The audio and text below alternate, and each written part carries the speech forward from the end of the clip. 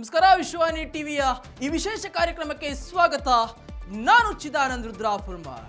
ಉಪಚುನಾವಣೆ ಕೋಟೆಯ ನಗರಿ ಬಾಗಲಕೋಟೆಯಲ್ಲಿ ಉಪಚುನಾವಣೆಯ ಕಾವು ದಿನದಿಂದ ದಿನಕ್ಕೆ ರಂಗೇರ್ತಾನೆ ಇದೆ.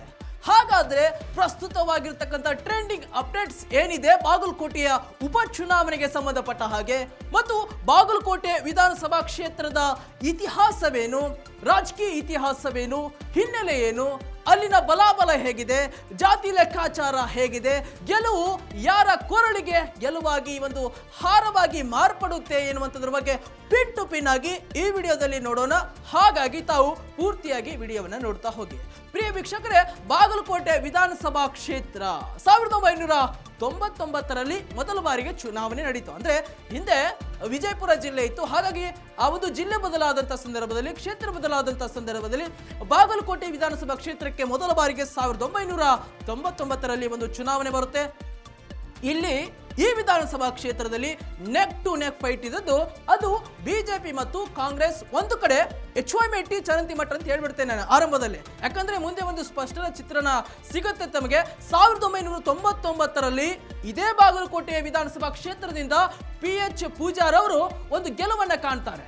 ಅಂದ್ರೆ ಈಗಿನ MLC ಆಗಿರುವಂತಹ PH ಪೂಜಾರ್ ಅವರು 1999ರಲ್ಲಿ ಭಾರತೀಯ ಜನತಾ ಪಾರ್ಟಿಯಿಂದ ಗೆಲುವನ್ನು ಸಾಧಿಸ್ತಾರೆ.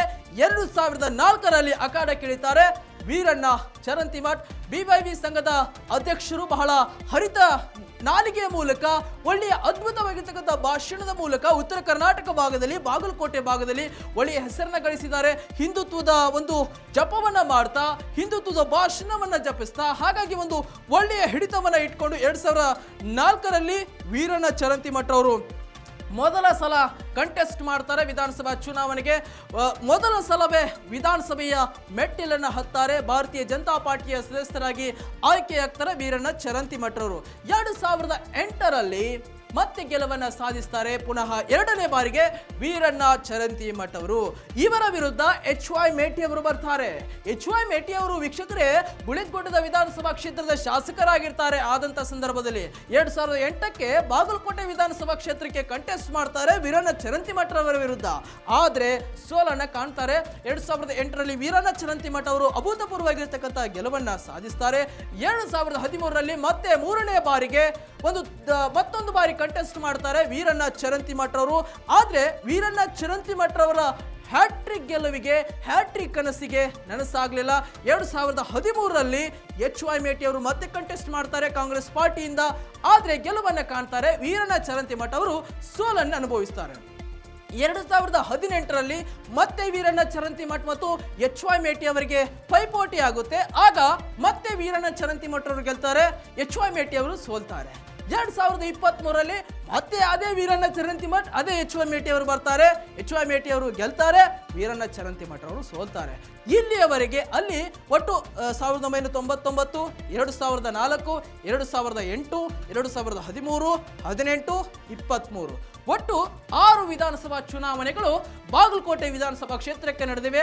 ಅದರಲ್ಲಿ 4 ಬಾರಿ ಬಿಜೆಪಿ ಗೆದ್ದಿದೆ, 2 ಬಾರಿ HY ಮೇಟಿ ಅವರು ಗೆದ್ದಿದ್ದಾರೆ. ಹಾಗಾಗಿ ಒಂದು ರೀತಿಯಾಗಿ 50-50 ಇದು ವಿಧಾನಸಭಾ ಕ್ಷೇತ್ರ. ಯಾಕಂದ್ರೆ ಹೇಳಿಕೆಯಲ್ಲಿ ಹಿಂದುತ್ವದ ಅಲೆ ಕೂಡ ಇದೆ, ಬಿಜೆಪಿಯ ಸಂಘಟನೆ ಕೂಡ ಅಷ್ಟೇ ಅದ್ಭುತವಾಗಿರುವಂಥದ್ದು. ಅದರ ನಡುವೆಯೇ 2 ಬಾರಿ ಕಾಂಗ್ರೆಸ್ ಗೆದ್ದಿದೆ. ಆದ್ರೆ ಈ ಬಾರಿ ಕಾಂಗ್ರೆಸ್ ಮತ್ತೆ ಗೆಲ್ಲಬೇಕು, ಆ ಕ್ಷೇತ್ರವನ್ನ ತಮ್ಮತ್ರನೇ ಹಿಡಿದುಕೊಳ್ಳಬೇಕು ಎನ್ನುವಂತ ನಿಟ್ಟಿನಲ್ಲಿ ಓಡಾಟವನ್ನು ಕೂಡ ಭರ್ಜರಿಯಾಗಿ ನಡೆಸಿದ್ದಾರೆ.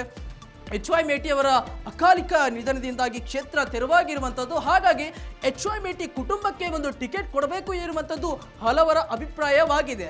ಆದ್ರೆ ಮೇಟಿ ಕುಟುಂಬದಲ್ಲೇ ಒಮ್ಮತ ಬರ್ತಾ ಇಲ್ಲ. ಮೇಟಿ ಪುತ್ರರಾಗಿರ್ತಕ್ಕಂತಹ ಉಮೇಶ್ ಅವರು, ಮಲ್ಲಿಕಾರ್ಜುನ್ ಅವರು, ಪುತ್ರಿ ಮಹಾದೇವಿ ಅವರು ಎಂಟ್ರಿ ಕೊಟ್ಟಿದ್ದಾರೆ.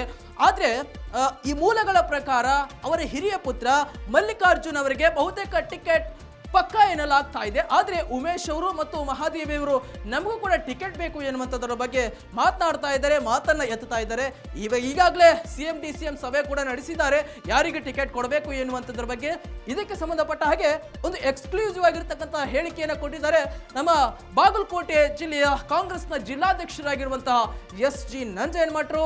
ಇವತ್ತೇ ಟಿಕೆಟ್ ಫೈನಲ್ ಎಂದು ಅವರು ನಮ್ಮ ಎಕ್ಸ್ಕ್ಲೂಸಿವ್ ಆಗಿರ್ತಕ್ಕಂಥ ಆಡಿಯೋದಲ್ಲಿ ಹೇಳಿದ್ದಾರೆ. ಬನ್ನಿ ಆ ಒಂದು ಆಡಿಯೋ ಕ್ಲಿಪ್ ಅನ್ನ ಕೇಳ್ಕೊಂಡು ಬರೋಣ. ಏನ್ ಮಾತಾಡಿದ್ದಾರೆ SG ನಂಜನಮಠರು ಎನ್ನುವಂಥದ್ರ ಬಗ್ಗೆ. ಸರ್ ನಮಸ್ಕಾರ. ನಮಸ್ಕಾರ ರೀ ಸರ್, ಬಾಗಲಕೋಟೆಯ ಉಪಚುನಾವಣೆಯ ಕಾವು ರಂಗೇರ್ತಾ ಇದೆ. ಒಂದ್ ಕಡೆ ಬಿಜೆಪಿ ಟಿಕೆಟ್ ಘೋಷಣೆ ಮಾಡಿ ಕೈ ತೊಳ್ಕೊಂಡಿದೆ. ತಮ್ಮ ಪಕ್ಷದಲ್ಲಿ ಇನ್ನು ಗೊಂದಲಗಳು ಸೃಷ್ಟಿ ಆಗ್ತಾ ಇದೆ. ಟಿಕೆಟ್ ಆಕಾಂಕ್ಷಿಗಳ ಪಟ್ಟಿ ದಿನದಿಂದ ದಿನೇ ಏರ್ತಾನೆ ಇದೆ. ಮೇಟಿ ಕುಟುಂಬಕ್ಕ ಅಥವಾ ಬೇರೆಯವರಿಗೆ ಎನ್ನುವಂತ ಚರ್ಚೆ. ಇವತ್ತು ಬೇರೆ ಸುರ್ಜೇವಾಲ್ ಅವರು ರಾಜ್ಯಕ್ಕೆ ಬಂದು ಸಭೆ ಮಾಡ್ತಾ ಇದ್ದಾರೆ. ಏನ್ ಸರ್, ಯಾವಾಗ ಸ್ಪಷ್ಟ ಚಿತ್ರಣ ಸಿಗ್ಬೋದು ಟಿಕೆಟ್ ಆಕಾಂಕ್ಷಿಗಳ ಫೈನಲ್ ಲಿಸ್ಟ್ ಅಂತ ಹೇಳಿ? ನಾವು 2 ದಿವಸದ ಹಿಂದೆ ಇದಕ್ಕೊಂದು ಕೋರ್ ಕಮಿಟಿ ಅಂತ ಮಾಡಿದ್ದಾರೆ. ವಸಂತ ಕುಮಾರ್ MLC ಅವರ ಕನ್ವೀನರ್ ಮಾಡಿ 14 ಜನ ಕೋರ್ ಕಮಿಟಿಯಲ್ಲಿ ಇದ್ದೇವೆ.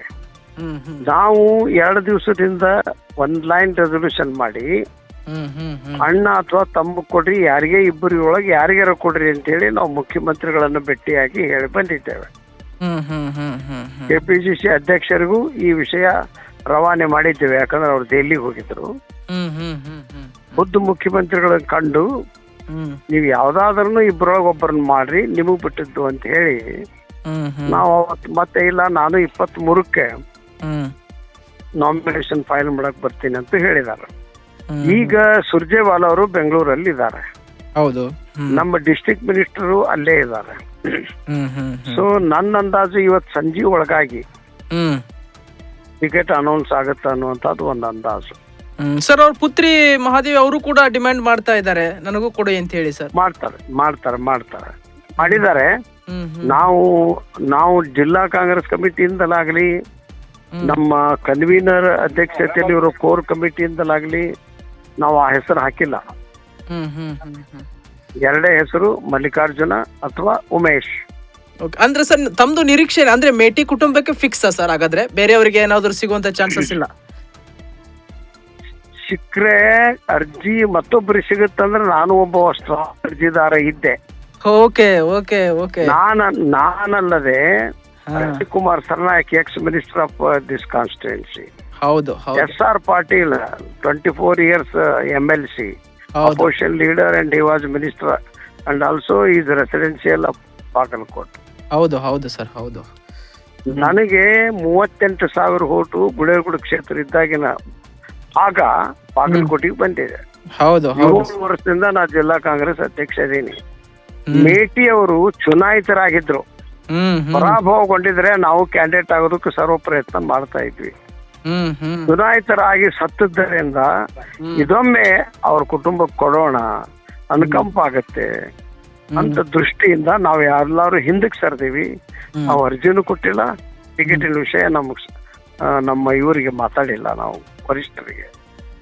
ನೀವು ಯಾರಿಗೆ ಕೊಟ್ಟರು ಸಹಿತ ನಮ್ಗೆ ಸಮ್ಮತಿ ಐತೆ ಅನ್ನುವಂಥದ್ದು ಹೇಳ್ಬಿಟ್ಟಿವಿ. ಆ ಇಬ್ಬರೊಳಗೆ ಯಾರಿಗಾದ್ರೂ ಕೊಡ್ರಿ. ನಾವು 3ನೇ ಹೆಸರು ಅವ್ರ ಮನೆ ಅಂತೂ ಹೇಳಿಲ್ಲ, ಹೊರಗಂತೂ ಹೇಳಿಲ್ಲ. ಸರ್, ಒಂಥರ ಬಾಗಲಕೋಟೆಯಲ್ಲಿ ಬಿಜೆಪಿ ಆಗ್ಲೇ ಚರಂತಿ ಮಠರಿಗೆ ಘೋಷಣೆ ಮಾಡಿದೆ.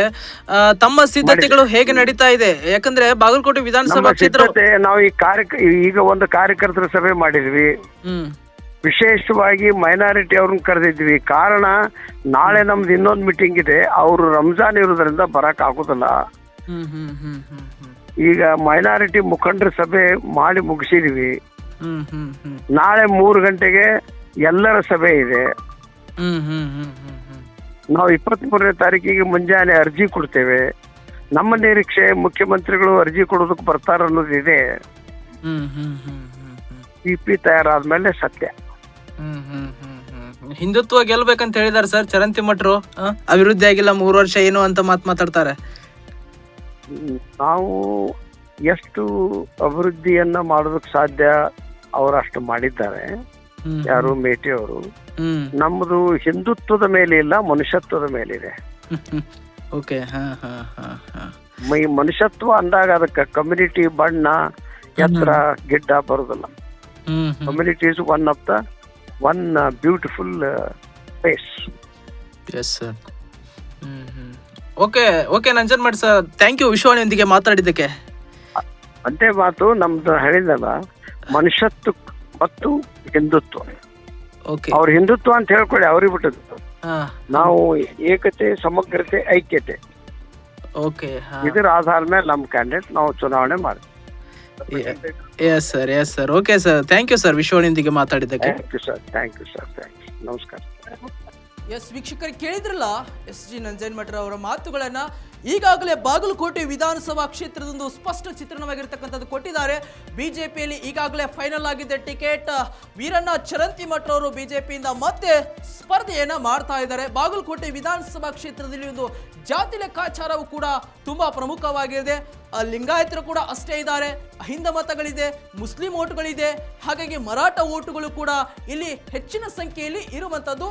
ಆದರೆ ಯಾವುದೇ ಸ್ಪರ್ಧೆ ಇಲ್ಲಿ ಗೆಲುವಿನ ಮೂಮೆಂಟ್ 2003 ಅಥವಾ 5000 ಅಥವಾ 10,000 ಒಳಗೆ ಇಲ್ಲಿ ಒಬ್ಬ ಗೆಲುವನ್ನ ಕಾಣಬಹುದು. ಹಾಗಾಗಿ ಈ ಕ್ಷೇತ್ರ ತುಂಬಾ ಪ್ರಾಬಲ್ಯವಾಗಿರುವಂಥದ್ದು. ನಾವು ವೀರಣ್ಣ ಚರಂತಿಮಠರು ಕೂಡ ಟಿಕೆಟ್ ಘೋಷಣೆ ಆದಂಥ ಸಂದರ್ಭದಲ್ಲಿ ಫೋನ್ ಕಾಲ್ ಮಾಡಿ ಮಾತಾಡಿದೆ. ಚರಂತಿಮಠ ಸರ್ ಕಂಗ್ರ್ಯಾಚುಲೇಷನ್ಸ್, ಮತ್ತೆ ತಮಗೆ ಟಿಕೆಟ್ ಸಿಕ್ಕಿದೆ, ಏನ್ ಹೇಳ್ತೀರಾ ಈ ಸಂದರ್ಭದಲ್ಲಿ ಎಂದಾಗ ಬಹಳ ಖುಷಿ ಆಗ್ತಾ ಇದೆ. ಹಿಂದುತ್ವದ ಅಲೆ ಕೂಡ ಇದೆ. ಮತ್ತೆ ಈ ಬಾರಿ 3 ವರ್ಷ ಕಾಂಗ್ರೆಸ್ ಸರ್ಕಾರ ಅಭಿವೃದ್ಧಿ ಶೂನ್ಯರಹಿತವಾಗಿರ್ತಕ್ಕಂಥ ಆಡಳಿತವನ್ನ ಕೊಟ್ಟಿದೆ. ಈ ಬಾರಿ ಮತ್ತೆ ಬಿಜೆಪಿ ಗೆಲ್ಲುತ್ತೆ ಎನ್ನುವಂತ ವಿಶ್ವಾಸವನ್ನ ಕೂಡ ಚರಂತಿಮಠ ಅವರು ವ್ಯಕ್ತಪಡಿಸಿದ್ರು. ಆದ್ರೆ ಒಂದು ಜಿದ್ದಾಜಿದ್ದಿನ ಪೈಪೋಟಿ ಅಂತೂ ಕ್ಷೇತ್ರದಲ್ಲಿದೆ. HY ಮೇಟಿ ಅವರು ಈ ಕಡೆ ಕುಟುಂಬಕ್ಕೆ ಸಿಕ್ಕಂತ ಸಂದರ್ಭದಲ್ಲಿ ಆಕಾಂಕ್ಷಿಗಳ ಪಟ್ಟಿ ಕೂಡ ದಿನದಿಂದ ದಿನಕ್ಕೆ ಬೆಳೀತಾ ಹೋಗಿತ್ತು ಕಾಂಗ್ರೆಸ್ನಲ್ಲಿ. ಒಂದು ಕಡೆ ರಕ್ಷಿತಾ ಭರತ್ ಕುಮಾರ್ ಇಟಿ ಕಾಂಗ್ರೆಸ್ನ ಬಾಗಲಕೋಟೆ ಜಿಲ್ಲಾಧ್ಯಕ್ಷೆಯಾಗಿ ಕೆಲಸವನ್ನ ಕೂಡ ಮಾಡಿದ್ರು. ಅವರು ಕೂಡ ನನಗೂ ಟಿಕೆಟ್ ಬೇಕು ಎನ್ನುವಂಥದ್ರ ಬಗ್ಗೆ ಮಾತಾಡಿದ್ರು. ಮತ್ತೊಂದು ಕಡೆ ಹುಣಗುಂದ ವಿಧಾನಸಭಾ ಕ್ಷೇತ್ರದ ಶಾಸಕರಾಗಿರುವಂತಹ ವಿಜಯಾನಂದ ಎಸ್ ಕಾಶ್ಯಪ್ನವರವರ ಪತ್ನಿ, ಮಾಜಿ ಜಿಲ್ಲಾ ಪಂಚಾಯಿತಿ ಅಧ್ಯಕ್ಷನೇ ಮತ್ತು ರಾಜ್ಯ ಕಾಂಗ್ರೆಸ್ನ ಉಪಾಧ್ಯಕ್ಷೆಯಾಗಿರುವಂತಹ ವೀಣಾ ಕಾಶ್ಯಪ್ನವರವರಿಗೂ ಕೂಡ ಟಿಕೆಟ್ ಬೇಕು ಎನ್ನುವಂಥದ್ರ ಬಗ್ಗೆ, ಮೇಟಿ ಕುಟುಂಬಕ್ಕೆ ಏನಾದರೂ ಟಿಕೆಟ್ ಮಿಸ್ ಆದರೆ ನಾನು ಕೂಡ ಪ್ರಬಲ ಆಕಾಂಕ್ಷಿ ಎನ್ನುವಂಥ ಮಾತನ್ನು ಕೂಡ ವೀಣಾ ಕಾಶ್ಯಪ್ನವರವರು ಹೇಳಿದ್ರು.